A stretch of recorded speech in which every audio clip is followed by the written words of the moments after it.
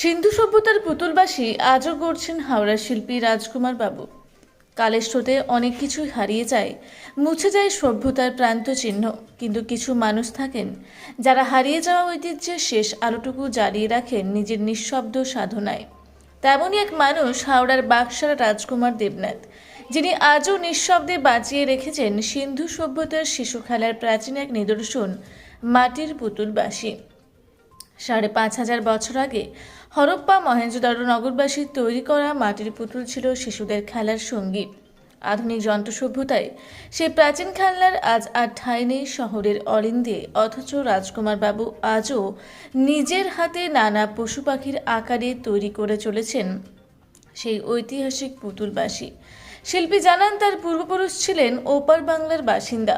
ছোটবেলায় এক বন্ধুর মায়ের কাছ থেকে এই পুতুলবাসী তৈরি শিখেছিলেন কৌতূহলবশত। তখন শুধুই শখ, পরে তার রূপ নেয় নেশায়। আর আজ তা তার জীবনের অন্যতম পরিচয়। বিক্রির জন্য যখন মেলায় এই পুতুল নিয়ে যান, তখনই গবেষকদের কাছ থেকে তিনি জানতে পারেন এই শিল্পের ঐতিহাসিক গুরুত্ব।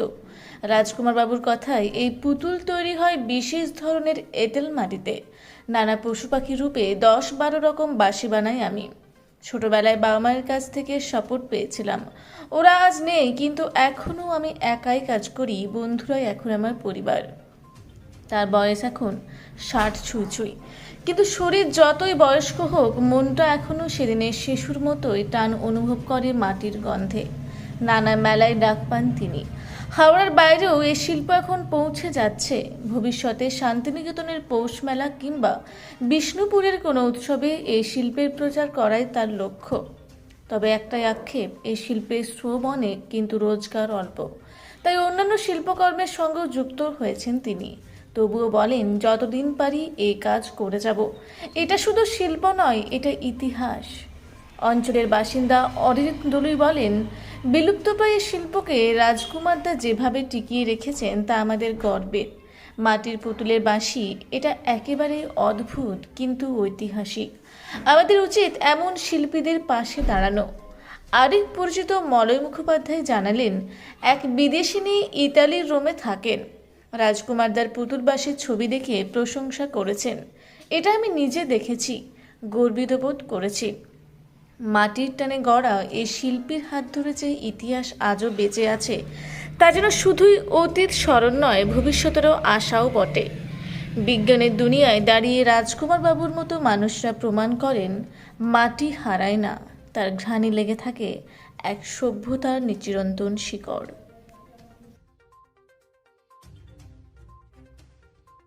এই পুতুলটাকে কি পুতুল মানে কি বলা হয়? এটা বাংলার বাঁশি পুতুল বলে।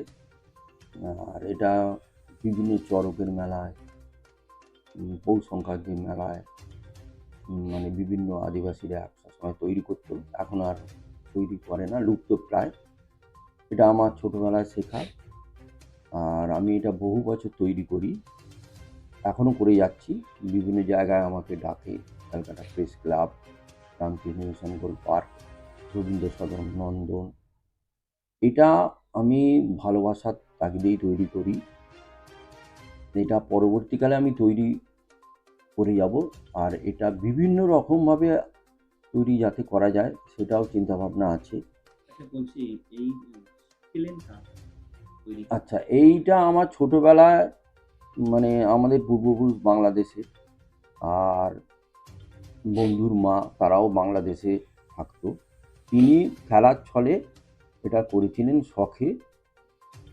এই ছোটোবেলায় ওনার কাছেই শেখা। পরবর্তীকালে আমি এটা মাঝে মাঝে করতাম, এখন পুরো দমেই করা, আর ভবিষ্যতে যাতে আরও নতুনভাবে করা যায় সেই চেষ্টা। আচ্ছা, যখন আপনি শিখলেন, শেখার পরে প্রথমে তো আর ব্যবসায় নামেন না, না, তারপরে তখন কি গিফট বা কিছু? হ্যাঁ, ছোটোবেলায় আমি যখন তৈরি করতাম তখন বন্ধুবান্ধব, পাড়ার লোক এদিক ওদিক গিফট করে দিতাম। তখন ব্যবসার কথা মনেও আসেনি, আসা উচিতও নয়।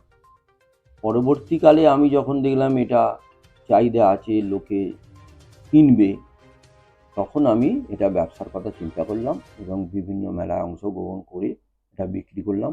হস্তশিল্প মেলা, প্রেস ক্লাব, রামকৃষ্ণ গোল পার্ক, এইভাবেই তৈরি। এই মাটির পুতুলে যে বাঁশি, এটা আমার মানে 100% আমাকে আকর্ষণ করেছিল, যে এটা মানে সৃষ্টি হয়, মানে তৈরি করা যায়। আর এটা একটা প্রাচীন পদ্ধতি, মানে সিন্ধু সভ্যতায় হরপ্পা মহেঞ্জোদারোতে পাওয়া গেছে, মানে 5,000 বছর আগে তৈরি হতো। এটা তো একটা মানে বিশাল ব্যাপার। এখন আচ্ছা, এই 5,000 বছর আগে এটা একটা আদিবাসীরা সম্প্রদায়, এই শ্রেণীর লোকেরা বানাতো। তারা কিন্তু আদিবাসী এবং তারা ভালোবেসেই বানাতো। সেইটা পরবর্তীকালে লুপ্ত হয়ে যায়। এখন তখনকার শৈশবের খেলার মধ্যেই আচ্ছা, এইটা বানাতো তাদের শৈশবের খেলা, ভালো লাগা থেকেই বানাতো, শিশুদের হাতে তুলে দেওয়া, মানে বাচ্চাদের। আর এটা মনের আনন্দে তারা বাঁশি বাজাতো। এইভাবেই কালক্রমে এটা চলে এসছে। তখন তো করেননি, কিন্তু যখন জানতে পারলেন তখন কার কাছ থেকে জানলেন, কিভাবে জানলেন?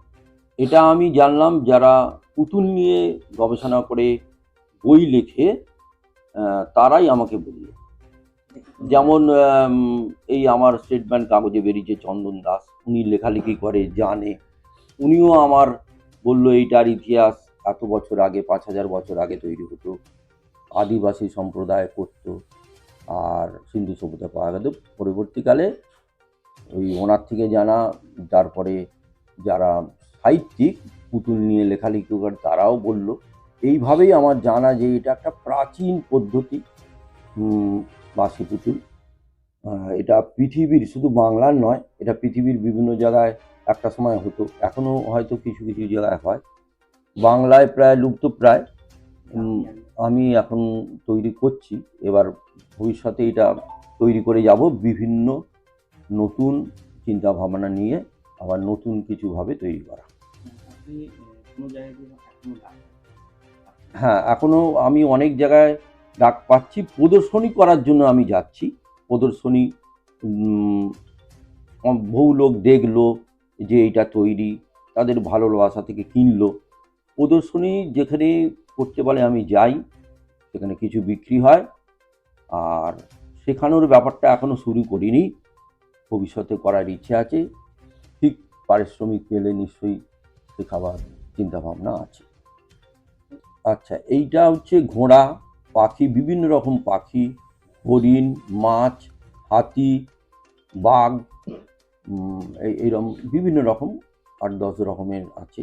তারপরে হাওড়ার রানী পুতুল বিখ্যাত, রানী পুতুলের খোঁপায় বাজবে বাঁশি, সেটাও তৈরি করেছি। যেহেতু আমি হাওড়ায় থাকি, হাওড়া মানে আরেকটা কথা, এই যে বাঁশি না, এটা আমি বাড়ির মা বাবা সেটা বলছে একটা ছেলে নতুন কিছু সৃষ্টি করছে, ভালো শিখুক, সেটা উৎসাহ পেয়েছি বাড়ির লোকের কাছ থেকেও। ছোটবেলায় মা বাবা দুজনেই উৎসাহ দিয়েছে। পরবর্তীকালে ব্যবসা, এখন তারা নেই পৃথিবীতে, কিন্তু আমি তৈরি করে যাচ্ছি। কিন্তু বিভিন্ন মেলাতে কি জানতে? হ্যাঁ, বিভিন্ন মেলায় আমি যাই, বিভিন্ন মেলায় অংশগ্রহণ করি, সেখানে বিক্রি হয়। প্রতিটা মেলাতেই কিছু না কিছু বিক্রি হয়। বিশেষ করে ছোটরা খুব আনন্দ করে কেনে, বড়রাও কেনে। তবে ছোটদের এই বাঁশি পুতুলের প্রতি টান খুব বেশি। ছোট ছেলে, ছোট মেয়ে, মানে বাঁশি যখন বাজাই আমি, তখন তারা ওই শুনে কেনার জন্য বাবা মাকে অনুরোধ করে এবং কেনেও। ছোটদের প্রতি এই টানটা বিশেষ ভালো লাগা ছোটদের, সেই জন্য। এখনো যেখানে আপনি মেলা এখনো দেননি বা সেইভাবে তো এখনো পরিচিত হয়নি এই পুতুল বাঁশির অঙ্গ। না, আমার যা এখন পরিচিতি হয়েছে কলকাতার মধ্যে, হাওড়ার মধ্যে। আমি এর পরবর্তীকালে শান্তিনিকেতন পৌষের মেলা যাওয়ার ইচ্ছে আছে, তারপরে মালদা, বিষ্ণুপুর, বিভিন্ন জায়গায় যাব। সেইটা এখনও হয়ে ওঠেনি, কলকাতা হাওড়ার মধ্যেই সীমাবদ্ধ। এর পরবর্তী শান্তিনিকেতন যাওয়ার খুবই ইচ্ছে আছে।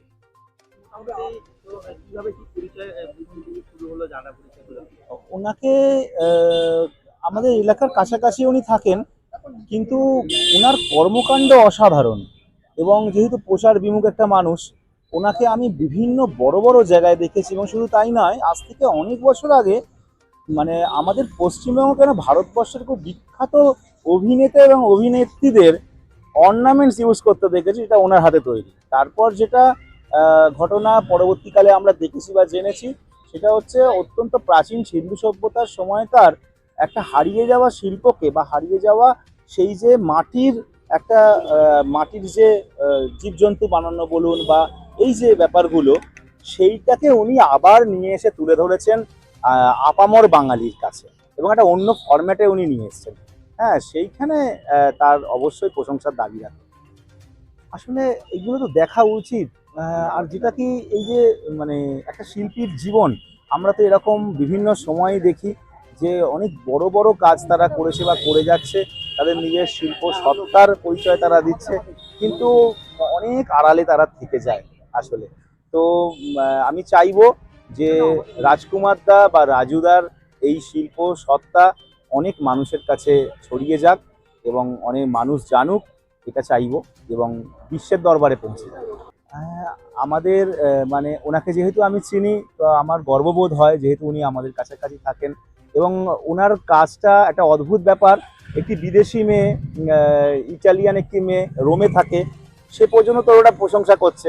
আমি খুব অবাক লেগেছিল, হাওড়ার এখানে থাকা একটা মানুষকে ইটালির একটি মেয়ে চেনে এবং তার সেই শিল্প সত্তার প্রশংসা করছে। এর থেকে গর্বের আর কি হতে পারে একটা মানুষের কাছে? আসলে কি হয়, হৃদয়ে ছুঁয়ে যায় এরকম একটা কর্মকাণ্ড। কিন্তু কি জানেন তো, ভালোটা বা সেরা জিনিসটা সবার ক্ষেত্রে নয়। হ্যাঁ, তাই জন্য এরকম একটা সেরা জিনিসও যে মানুষের বাড়ি পৌঁছে যাবে সেরকমও না। ভালোটা ভালোর মতোই থাকুক এবং খুব লিমিটেড মানুষই ইউজ করুক আমার মনে হয়। হ্যাঁ, আর রাজুদা ছড়িয়ে যাক সব জায়গায়। মলয় মুখোপাধ্যায়। হাওড়া থেকে মণিশঙ্কর বিশ্বাসের রিপোর্ট, রূপসী বাংলা মিডিয়া। আপনারা দেখছেন রূপসী বাংলা মিডিয়া। এখন একটা ছোট্ট বিরতি, ফিরে আসছি বিরতির পর। 15 বছর ধরে পুরুলিয়া জেলায় নার্সিং ট্রেনিং এর স্থায়ী প্রতিষ্ঠান mother Teresa nursing training centre. কয়েক হাজার ছেলে মেয়েকে ইতিমধ্যেই কর্মসংস্থানের সুযোগ করে দিয়েছে এই প্রতিষ্ঠান। মাধ্যমিক, উচ্চ মাধ্যমিক ও কলেজ পড়ার সাথে সাথে নার্সিং ট্রেনিং নিয়ে নিজের জীবনকে সুনিশ্চিত করুন। হ্যাঁ, সেই সুযোগ দিচ্ছে Mother Teresa nursing training centre, Ketika, Purulia. Mobile number 9932216133। Purulia শহরে এখন স্বল্প খরচে উন্নত ও অত্যাধুনিক চিকিৎসা পরিষেবা বর্ধমান হসপিটালে। এখানে general, laparoscopic, gynaecologist, paediatrician, anaesthetist, general physician, orthopaedic সহ বিভিন্ন রোগের অভিজ্ঞ ডাক্তারবাবুরা নিয়মিত রোগী দেখছেন। এছাড়াও 24 ঘন্টা বিনামূল্যে অ্যাম্বুলেন্স পরিষেবা রয়েছে, স্বাস্থ্যসাথীর সুবিধাও। যোগাযোগ করুন বর্ধমান হসপিটাল, রাঁচি রোড, সৈনিক স্কুলের নিকটে। মোবাইল নাম্বার 8918968624 এই নাম্বারে। ফিরে এলাম বিরতির পর। আপনারা দেখছেন রূপসী বাংলা মিডিয়া।